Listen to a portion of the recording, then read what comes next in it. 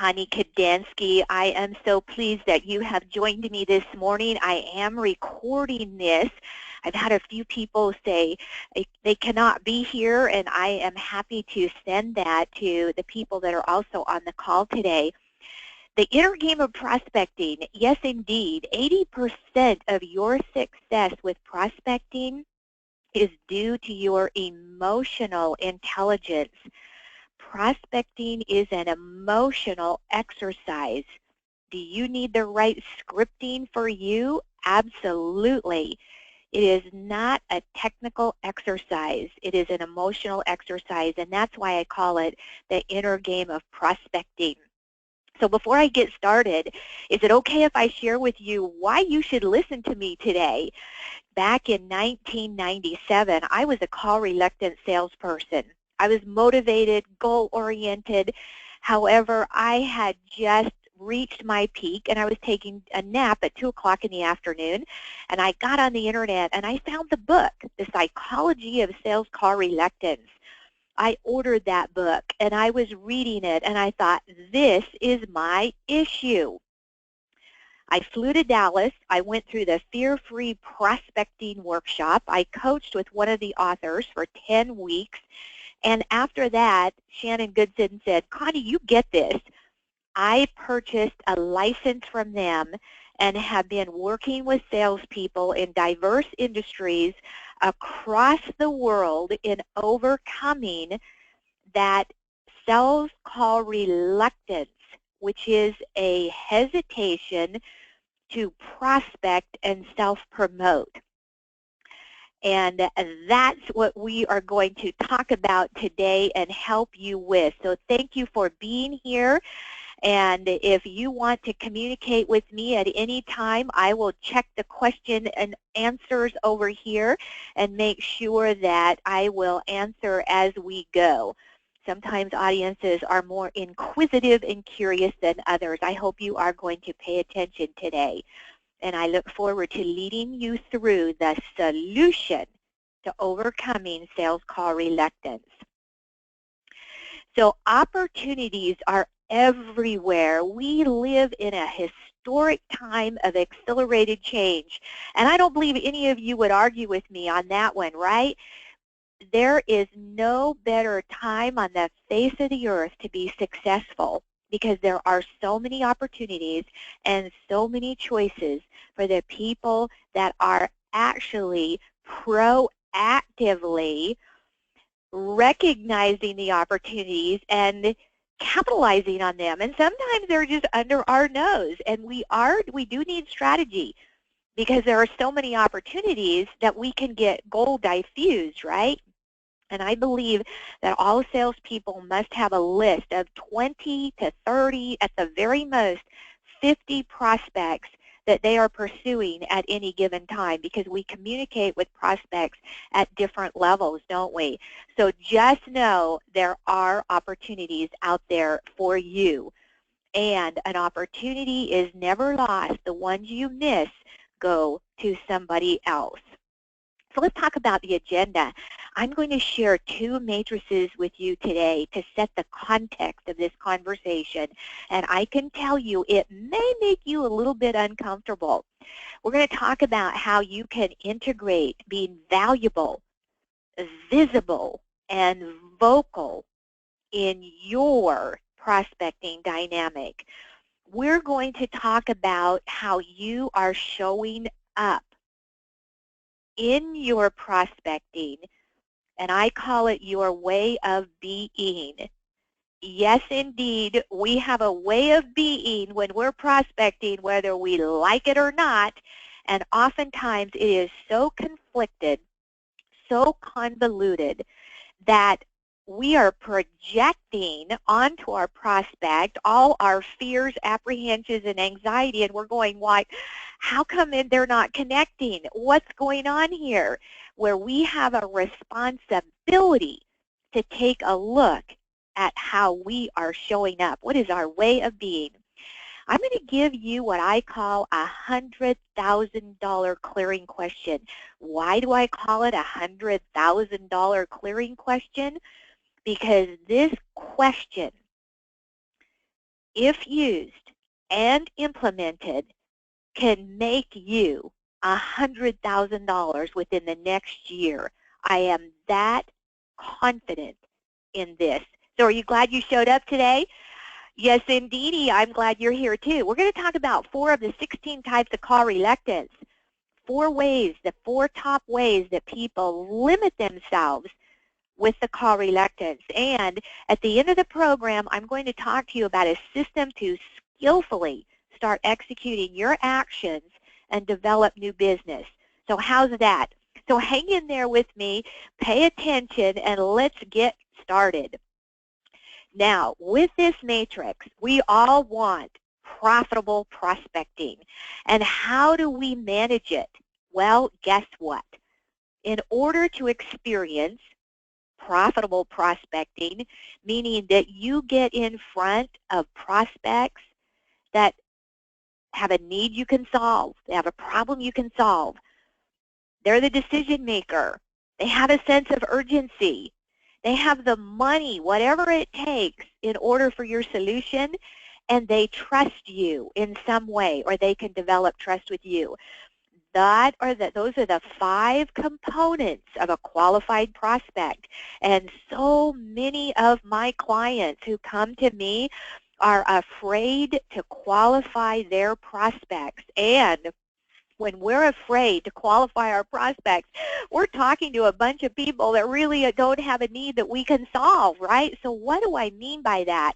Is to be able to have the courage and the value to ask your prospects, how much personal focus and attention do they give to evaluating and managing solutions to improve whatever it is that you're selling, to improve their financial well-being, to improve their capacity in the software industry, right? I mean, we have so many different people on that it's hard to say because of all the diverse industries, right? But to be able to have that courage, and so many times salespeople are afraid to hear the answer. However, do you need more practice, right? So what does this say here? That you must have a vision, skills, properly incentivized, resources, and an action plan in order for you to profitably prospect. Without that vision, you're confused and there's no direction. And believe it or not, the majority of people that suffer from call reluctance, they're also shaky on their vision. What do I mean by that? A vision is what magnetizes you forward, because it is uncomfortable in order to proactively prospect. But when you have a vision in place that magnetizes you to it, you will go beyond your call reluctance. You will be emotionally resilient. You'll be unstoppable. And so when we're working with people with call reluctance, I need to make sure that I'm really working on call reluctance issue, or is it they do not have a vision. And guess what? You can develop it. I promise you, I'm going to give you a resource. You like it? Are you glad you came here today? The skills. What are the skills that you need to develop? The skill of writing a script that is going to create a conversation. The emotional skill to handle your feelings when you're prospecting. What other skills do you need? The skill of answering the objections. What are you doing in that regard? Are you answering? Are you talking to people and bringing up the common objections? What do you do when somebody gives you the reflexive no, right? So those are the skills that we're talking about. And I am going to just say incentives. If you're not properly incentivized, that's a big issue that I cannot solve. You must feel incentivized with whatever it is that you're doing in order to do it. Because if you're not incentivized, there's resistance, right? The resources. Resources abound. And it's so interesting. Some people call me with their call reluctance and they'll say, Connie, a gentleman said, I have 300,000 prospects from my bank. Prospects are not an issue. And then other people call me and they say, I don't have anybody on my prospecting list. So those resources are very important, because if you don't have the resources to help you through your coaching or whatever, you're going to be very frustrated. If you don't have resources to keep your pipeline full of potential prospects, you're very frustrated. And without an action plan, it's a lot of stop and go, which is no fun, a lot of false starts. So when you look at that, what is missing in your prospecting equation? Normally I do polls. Today I decided not to do polls. You can certainly come over here in the Q&A and just write in there, and I won't call you out by name. What is missing in your profitable prospecting equation? Somebody said vision. Another, vision. Action plan, vision, skills, resources. So somebody's saying resources, right? Well, we can help you with those resources. Okay, so how are we doing on setting the context of our conversation today? Now, once you start looking at identifying your prospects, right? So when you look at the 5 component of a sales process is you identify your prospect, the company, if you're selling to a company, the individual within the company, right? Then you need to have something that is going to help you initiate contact. What's your plan on initiating contact? What's your plan on introducing yourself? What's your process control? Is you call them and leave a voice message. What is it that you're measuring on a daily basis, and how are you using your time? Now, this matrix is where most salespeople start squirming, because they're winging it. And I promise you the top performers, they have a vision, they have a plan for their prospecting, and it does take discipline and dedication. They have process control. What do I mean by that? If I left a voicemail yesterday, do I leave a voicemail tomorrow? Do I look to connect with them on LinkedIn? Do I send them an introductory email? What is it that I'm going to do to control my process to make sure that I follow through? And what is it that I'm measuring? How many appointments do I need? How many people do I need to talk to? What are my high-value activities that I have written out? And how am I blocking my time? Distractions, we cannot control distractions. We can block our time. And there are different ways to do that. So we've set the stage, haven't we? When you don't have a vision, no motivation, no direction. You don't have a car reluctance issue, you have a vision issue. And I work with people on getting their vision, and sometimes it is so hard for people, but I've got a way to help you with that. If you don't have planning, there's no focus. You have no proof of intention that you're doing anything. The process control, you're powerless. There's a lot of futility if you don't have control of your process, contact management systems, etc. If you're not measuring something, you're spinning your wheels. Look about as scorekeeping. We're in the Cubs and the Indians, right, in this World Series. How many fans want to go, and if you go to the game and they say, oh, we're just not going to scorekeep today. We're just going to play ball, but we're not going to scorekeep. How fun would that be? It would not be fun. It would not be challenging. But for salespeople, that measurement can make them squirm a little bit, right? And how are you using your time? Are you using your time in an efficient way? 24 hours a day. Successful people, they don't have 25 hours. If you're not using your time, the day is controlling you. And we're really succumbing to our comfort zone there, right? So I'm here in Arizona, and I'm going to take a quick sip of water while you ponder that matrix. What is it in your execution that is missing? So I have people saying planning, measurement, time. So it seems like time is predominantly the issue over here in the Q&A. So thank you for sharing that. Now, I'm going to step into the hornet's nest. What do I mean by that? I've already set the stage. This is not for the weak. This is not for the faint of heart. I've had somebody already jump off because it can get pretty hot here, right? So we're creating that.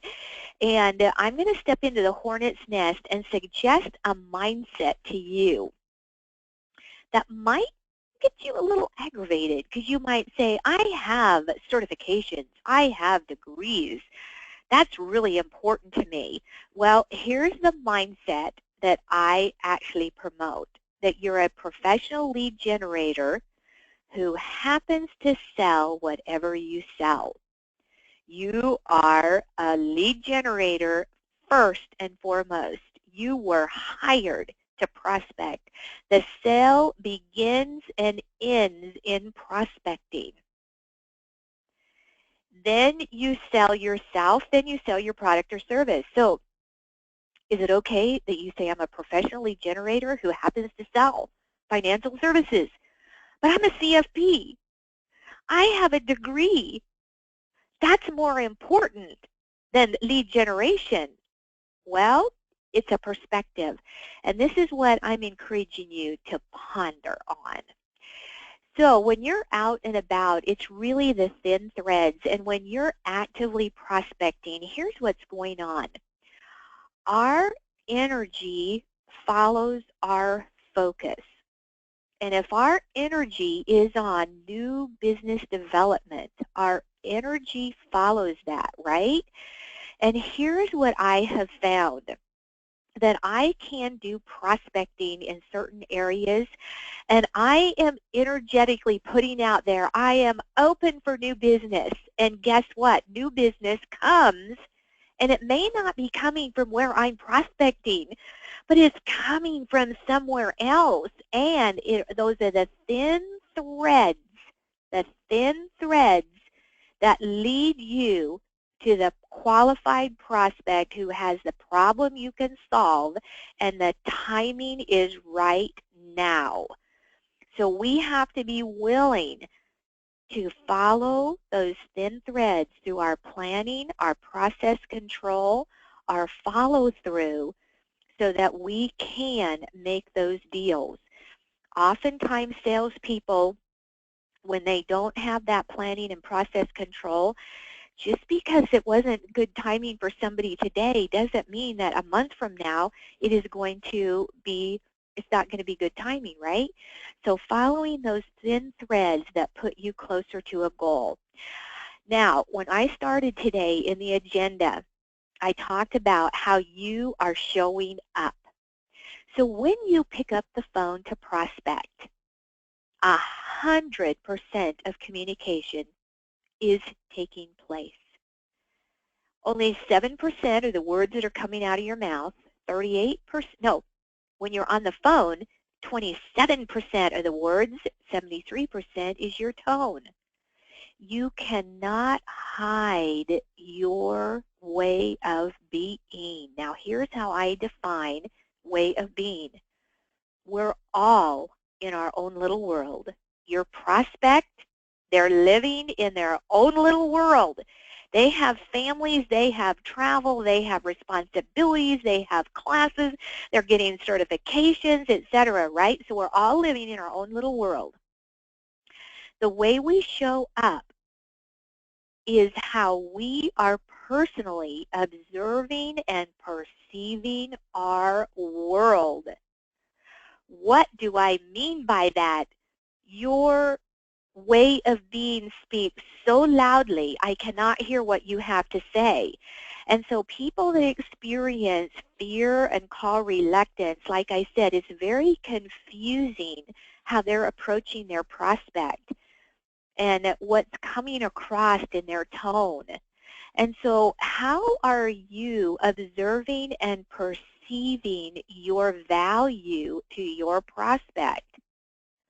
If you're not convinced of your value, you will not convey the value.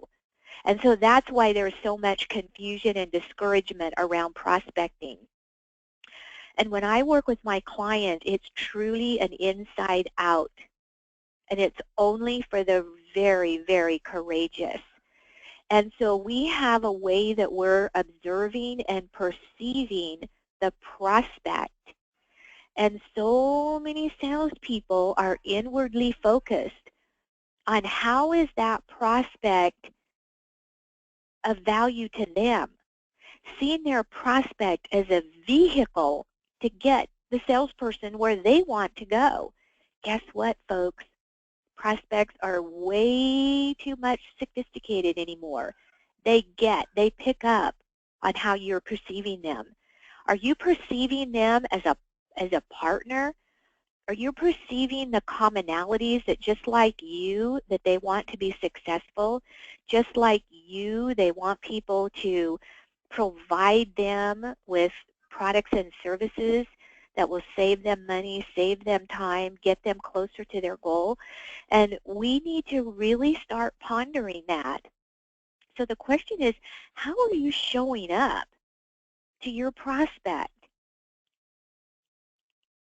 That's a biggie, because it's an opportunity and a privilege to knock on somebody's door and to penetrate into their world and talk to them about something that is important to them.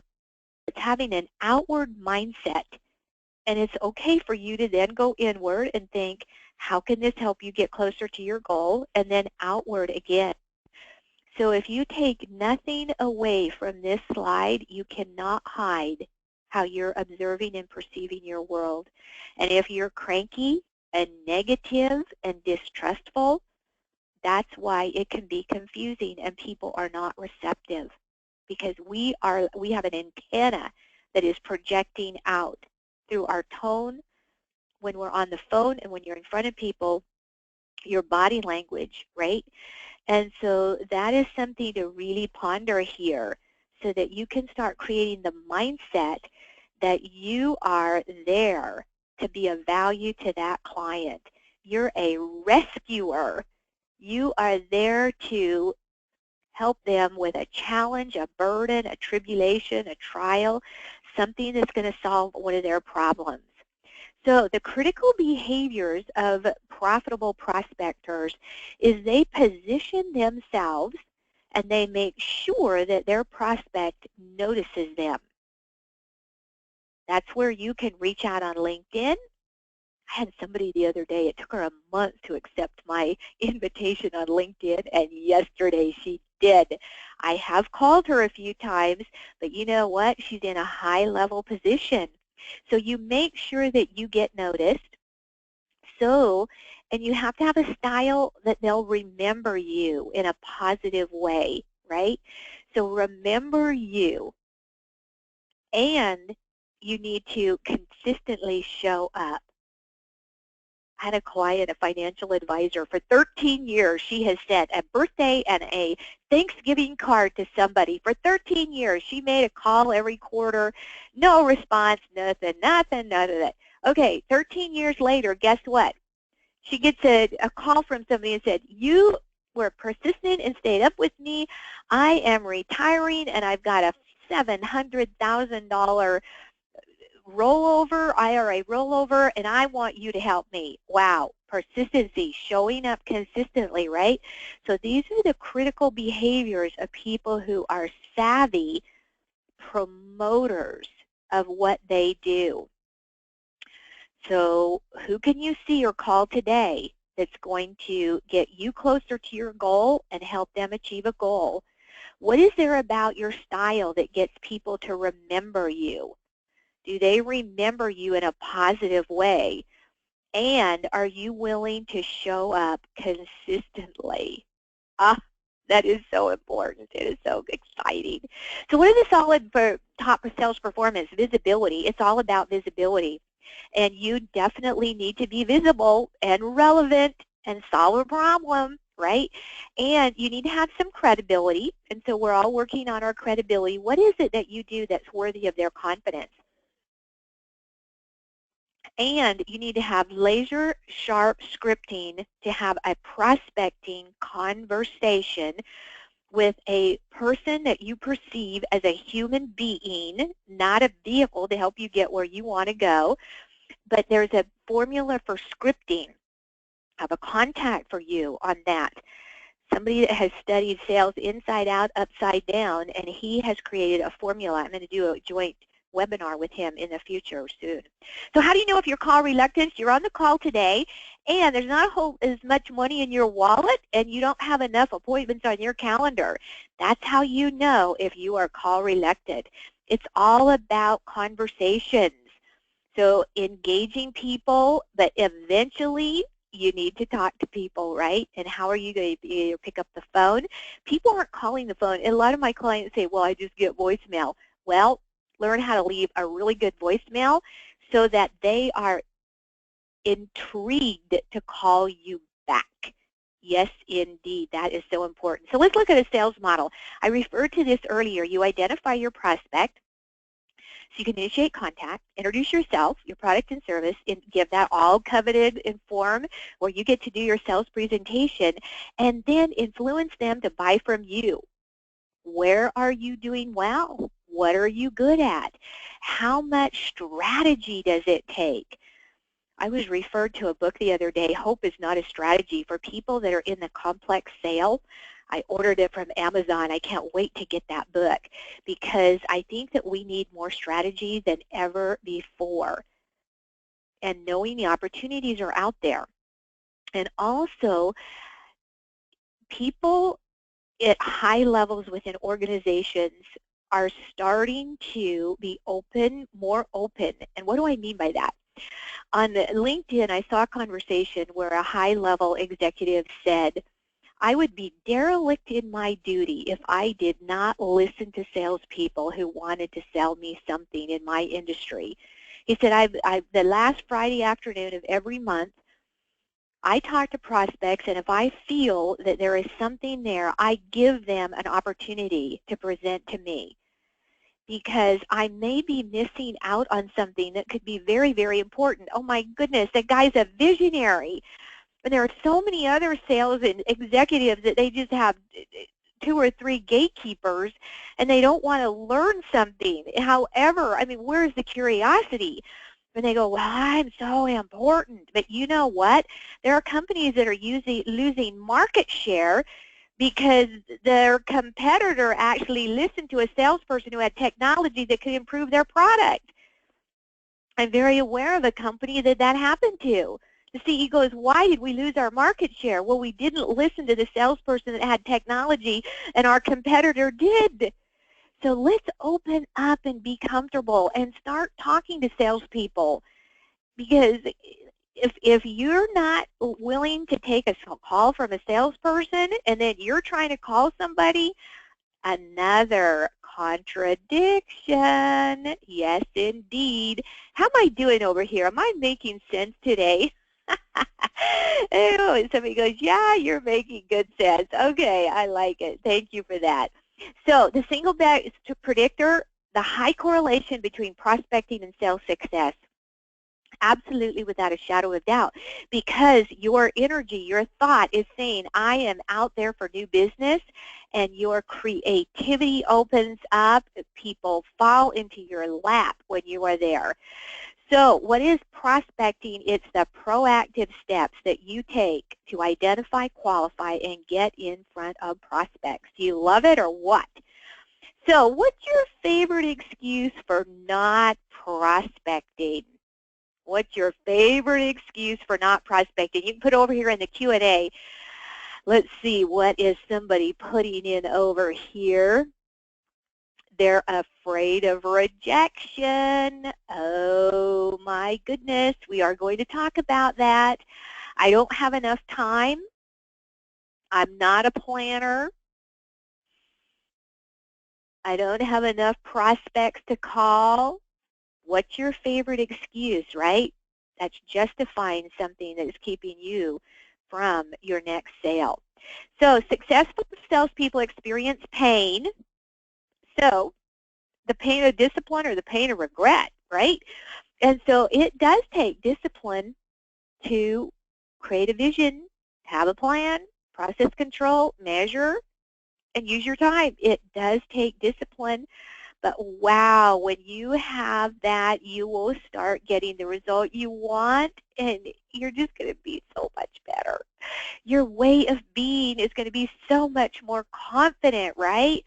Or the pain of regret, and you can just wallow in your excuses, right? And so it does take some of that discipline and dedication. So here's what call reluctance is. It's that emotional hesitation. So when you're reaching out to pick up that phone and you hesitate, that is called reluctance, right? You reach out to pick up the phone and you say, oh, I need to check in one more time. Or I wonder how the market's doing today. Or I wonder what time the World Series game is tonight. Oh, I need to remember. I need to get a birthday card for somebody, right? So that's what call reluctance is, that emotional hesitation. So there's only two ways for you to view prospecting, all that opportunity. So this comes to what is your way of being, how you're perceiving and observing prospecting. There's only two ways to perceive prospecting, and one is it's an opportunity. One is its competitive intelligence.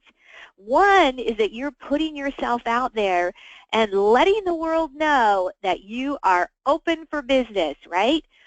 So you can see that as an opportunity. I actually play a little bit of a mind game with me and see it as an experiment. And notice if I left 12 voicemails, how many people called me back, right?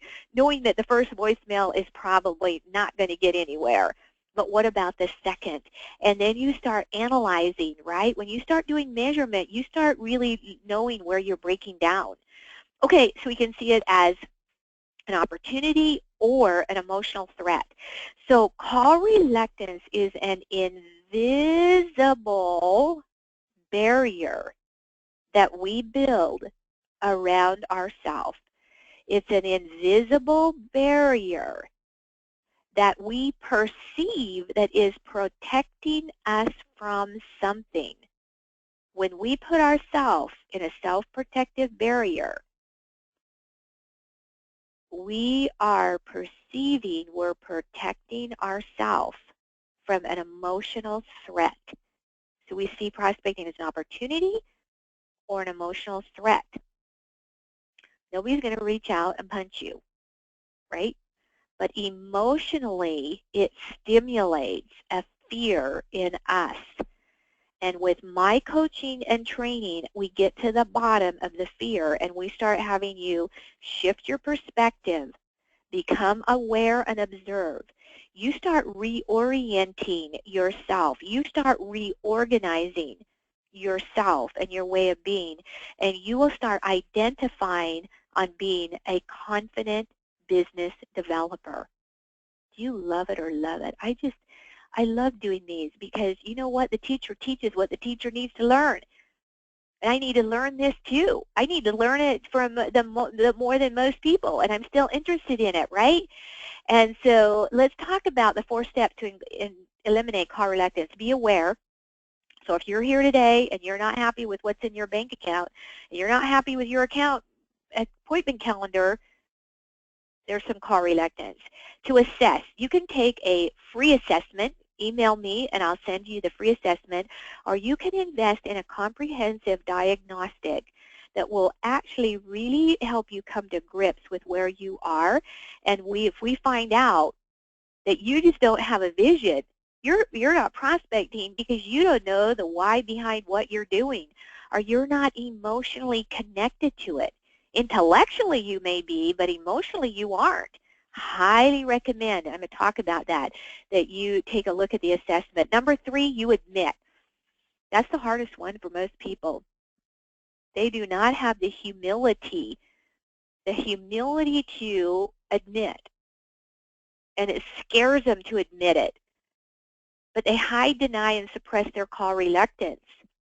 And they never ask themselves, what is it that I'm protecting myself from? I'm actually protecting myself and creating a barrier that's keeping me from reaching out and going on my next sales call. So admitting does take that. And once you have humbled yourself to admit it, then you can move forward. And number 4, apply proven techniques. So there are many, many different techniques. I'm going to cover one of them here. I'm looking at the time. I think we're doing pretty good here. And on this, is this all making sense? So this is what you need to do to eliminate your call reluctance. So when you're ready to pick up the phone and you stop, write down what is causing you to stop. This morning I was coaching an individual. He's in financial services, and we really zeroed in on, okay, what is causing him to stop? And the first thing is that I am interrupting them. I'm interrupting my prospect. So that is call reluctance. And then he said, oh, they're already taken care of. They've already done everything. So he's right. That's call reluctance. And then the last one is they're just going to think I'm another sales guy. All those are call reluctance, but your freedom is in you writing it down. So we've got to figure out, what is it? What is stimulating that? What is causing this? Because in order to change a habit, you must be aware of it, and you must observe it. And some people go, well, I didn't want to get out there and prospect, but you know what? They suffer from call reluctance and battle it for years and years, and then they lose steam, and then they're wiped out. I don't want that to be that for you. Wow, your confidence will soar when you take this on. You will free yourself out of that cage, that psychological cage that you have yourself in, and you will discover a whole new world out there that is so beautiful. My favorite quote is Albert Einstein said, the most important decision you can make, that this is a friendly universe. And right now, in our political climate, we think, wow, that you cannot succumb to the grief of negativity. You cannot do it. You magnetize your thoughts toward limitless possibilities. The possibilities are limitless. The opportunities are limitless. Are you hunkering down and really not serving people because of your call reluctance? So over-prepare is the overthinker. There's 16 types of call reluctance. They way overthink. Way overthink their prospecting. They overanalyze. The yielder behavior is they want to make a friend. They don't want to interrupt anybody. They don't want to cause any, and they're professional visitors, and they're all about relationship. And I love these people. I'm talking about their behavior, not them, right? So I am talking about behavior, not people. But there are a lot of professional visitors out there that have a perception that I need to build a relationship first. When is the last time you got a check that said friendship bonus, relationship bonus? So you are actually serving your clients by moving the conversation forward. You are actually serving your clients by asking them questions that make them think and make them uncomfortable. We don't change anything unless we're a little bit uncomfortable, right? So then the role rejection is they're just not comfortable being in the role. And you are all salespeople. A salesperson is somebody who solves people's problems for a profit. And if you're ashamed of your career, wow, you've got an inner conflict that is just zapping your energy. And in the financial services, insurance, this is toxic. Absolutely toxic, and oftentimes the role rejection is throughout the entire company, all the way up to the chairman of the board. The research that behavioral science has done on that. So it's okay to solve people's problems for a profit. It's okay to be a sales agent. It's okay to be a salesperson when you are outwardly focused on helping people achieve their goals, right? And if you have this is even people who are succeeding can have a real rejection. And telephobia, if this is the only type of call reluctance you have. So people are going, nobody answers their phone anymore. We think not. And how many prospecting calls do you get? I mean, we're getting a little political. I will always talk to salespeople. I've unplugged my caller ID. The only people I hang up on is if it's a robo-dialer, right? I don't talk to machines. But if it's a genuine salesperson, I will have a conversation with them if I'm in my office and not under a really strict deadline. Telephobia, you can overcome it in one day if that is your call reluctance. One day. How do you like that?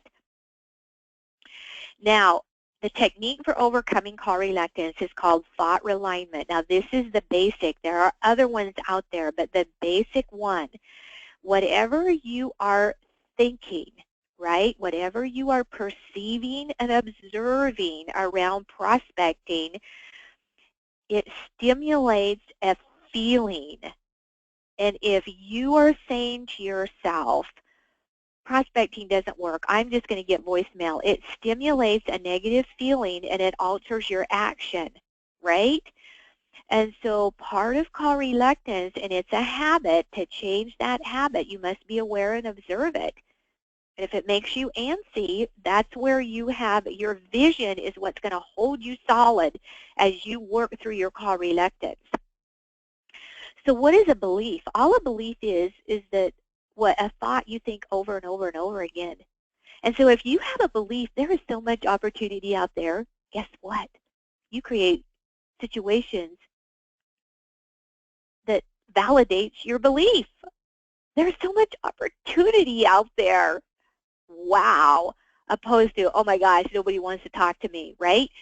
And so your belief, you get what you believe, not what you want. And whatever you're believing becomes your attitude, which is your way of being. How are you observing and perceiving your world? Your value to your prospect, the prospecting activity, the prospect on the other end of the line. I am really interweaving that message here because that's what I want you to get. You can't fake it anymore. You really cannot fake it.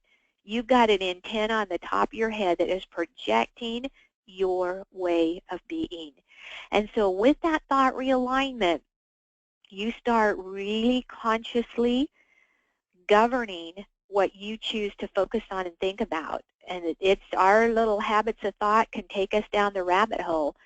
But it's just like we're going to discipline ourselves. We're going to consciously become acutely aware and discipline the way that we are choosing to think. How we doing? So the one that said over here, what keeps you from prospecting is fear of rejection. All fear of your rejection is, it is your, my friend, your negative interpretation. I'm going to take a sip of water. If somebody tells you no, you are certainly free to choose to believe it as rejection of you. But when you do that, you have a negative emotion that's followed by negative behavior and negative results. Nobody can reject you. If you're feeling a fear of rejection, you are personally, and I'm telling you this to help you, you are personally rejecting yourself, your value, and what you do. Because if you were sitting in front of me, and let's just say your hair's blonde, and I look out to you and I say, I can't stand your green hair. You would look at me and you go, I don't have green hair. It would not one bit affect you because it's not true. You wouldn't accept it. But if somebody tells you no, that they're not open to talking to you, and you choose to believe it's about you, that's where emotional intelligence comes in. And you say, no. So if you're going to build a self-protective barrier, is a barrier around your thinking is like, it's not about me. Timing is everything. Timing is everything. And we've got to monitor it. We got to watch because we make up stories. We make up stories when somebody doesn't call us back. They didn't like me. I made a mistake. When in reality, maybe their teenager is misbehaving. Maybe their mother broke her hip. But we make up all these stories that throw us down the self-doubt spiral. You like it? So what is it that blocks your success? Limited beliefs, assumptions, perceptions and interpretations, and your inner critic. That's what I really work on with my clients in my coaching calls, right? So what is it we're choosing to focus on? So that's a really, so here are some of the things that people, when they're ready to pick up that phone, have any of you ever said that, right? What if I mess up? They're going to say they're not interested.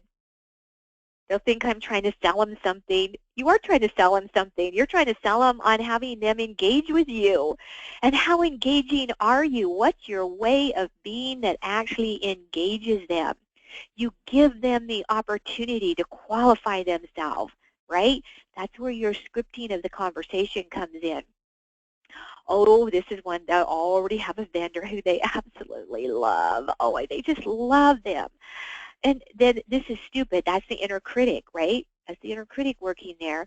I'll blow the contact. I feel inadequate. So oftentimes we think, man, I'm not going to call this really qualified. I might blow it. I feel inadequate.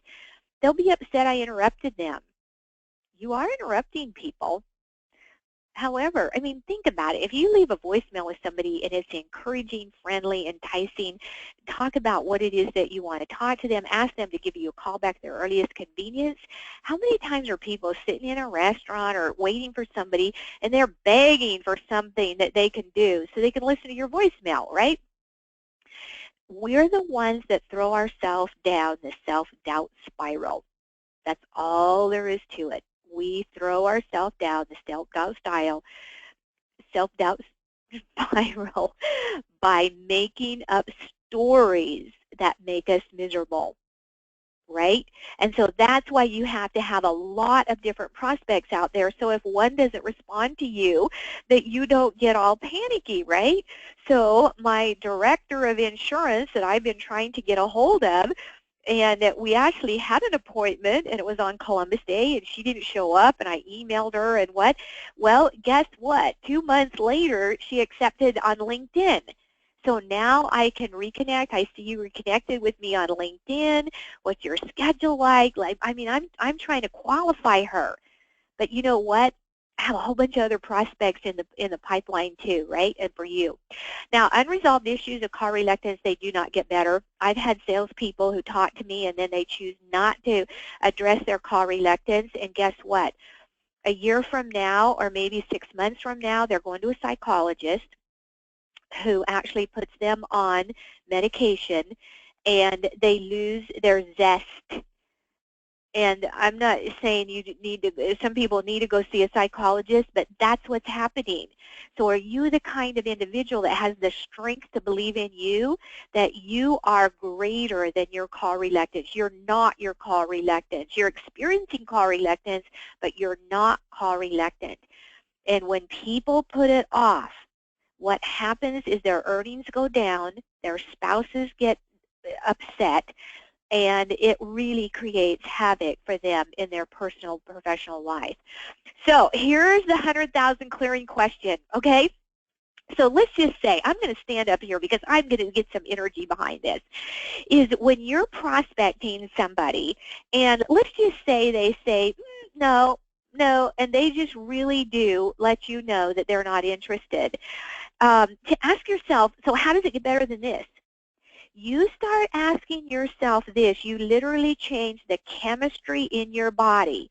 So you stop making up stories and you start asking yourself, so how does it get better than this? No matter what happens, you set an appointment and somebody gives you a $1 million order. How does it get better than this? You are literally engaging your brain at a different level. That is what is so powerful about that. How does it get better than this? I have my clients put 10 coins in one pocket every day, and every little bit they move a coin to the other side of their pocket and say, how does it get better than this? They have a prospecting session that they left 12 voicemails, and instead of going, oh, I lost so many, they go, how does it get better than this? Where are some resources that can help me? How does it get better than this?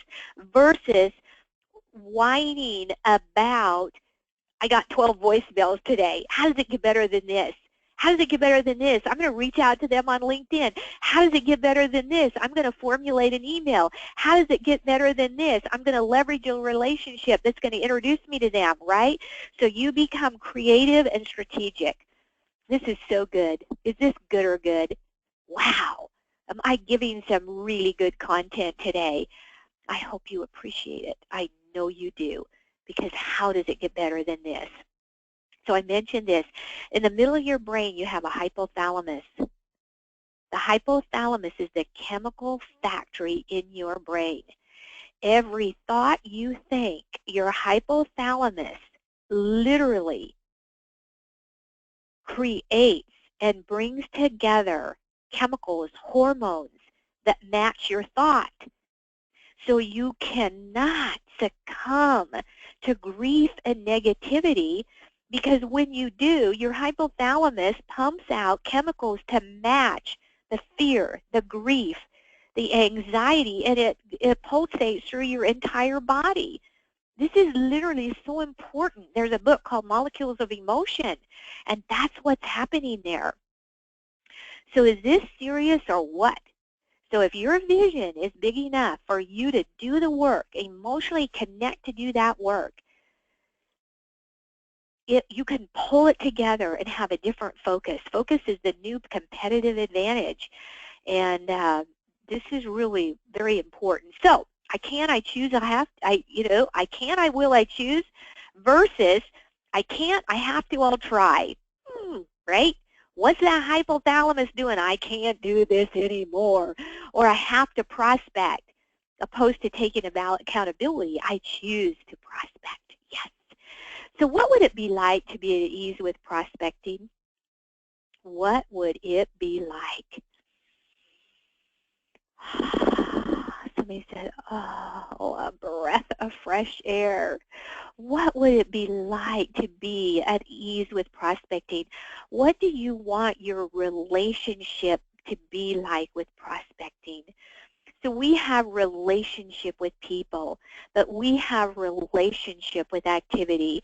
We have relationship with our sports events. We have relationships with what we do for fun, a relationship with prospecting, a relationship. And is our relationship with prospecting a love, hate, dread? And that's the way our way of being is showing up. And you know what? It's not going to be that effective, is it?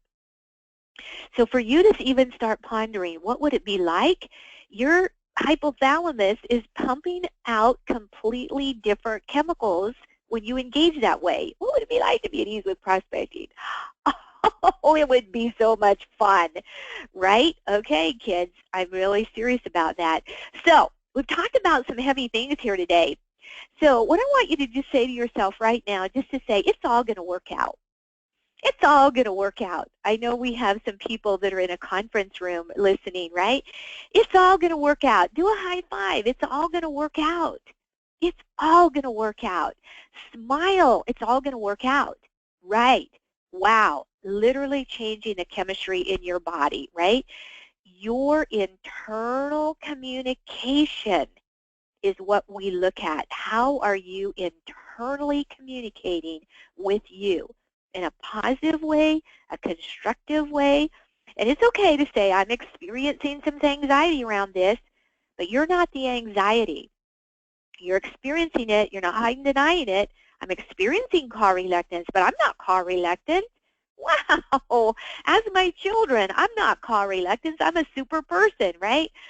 And today is the most exciting day of my life. Wow, what would happen to you if you started and woke up? So we think all these big events, the day I get married, the day I have a baby or whatever. Today is the most exciting day of my life. Today can be the most exciting day of your life for you to come to grips with what it's going to take for you to constructively work yourself through the call reluctance. What did I say today that resonates with you? What came out of this conversation today that resonates with you in a way that you are going to move forward and implement and do something else? There's nothing else that you're going to waste. Somebody put having a vision. Oh, my friend, you're closer than you know. You get the vision. We create twice, once in mind and then in our physical world.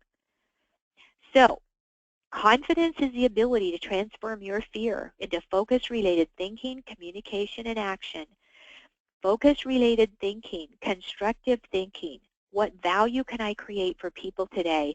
The internal communication and the actions that you take, the execution, right? And so there, you all want more confidence. Wow, you can transform that. So for those of you that are interested in the diagnostic and the book, $225, take a diagnostic, takes you about 72 minutes. We're going to figure out once and for all what you're good at and what it's going to take to get you where you want to go. And then you and I review it. We spend some time together. I put you on your way. You might want to continue coaching with me, which is so fun and so positive. I love my clients. I love them, giving them challenges, and they really start believing in themselves. Believe in you. Believe in your value. Wow, you'll be emotionally resilient and unstoppable. And I work here in the 12-week year. Oh, I didn't change my slide here. I'm going to be starting another group. This is a powerful system where we are on camera with a group of people, 6 people. I've got a co-facilitator for 1 hour a week, and we work you through a system that is powerfully built on your vision so you can get your planning, your process control, your measurement, and your time use. And you can start doing that. So if you're interested in this, you email me. I'll send you the link there. So we have 6 people on camera. We're studying the 12-week yearbook. It's a New York Times bestseller, written extremely well. Do not reach out to them. You reach to me. They have programs that you can buy that you have to work it on your own. And my experience in 18 years is no matter how good it is, which I know it's good, you need to have a step-by-step process where you're accountable and where you're participating in a group with other people. So this is a very, very good book. I'm your contact there, and I promise you that I have seen people transform their sales experience through this. So how's that? Is this good or good? And one last promotion, if you know of any organization that needs a speaker or a training event, I am fun, and it is powerful content just like I gave you today. So if you're aware of anything, so please remind me and think about me. So with that, I'm looking at the time here. I want to honor your time. We scheduled 1 hour. We have 2 minutes to go. Are there any questions over here that anybody has for me? Because I'm recording this, you know what? I'm going to go ahead and I'm going to stop the recording right now, and then I will take questions. So I'm going to stop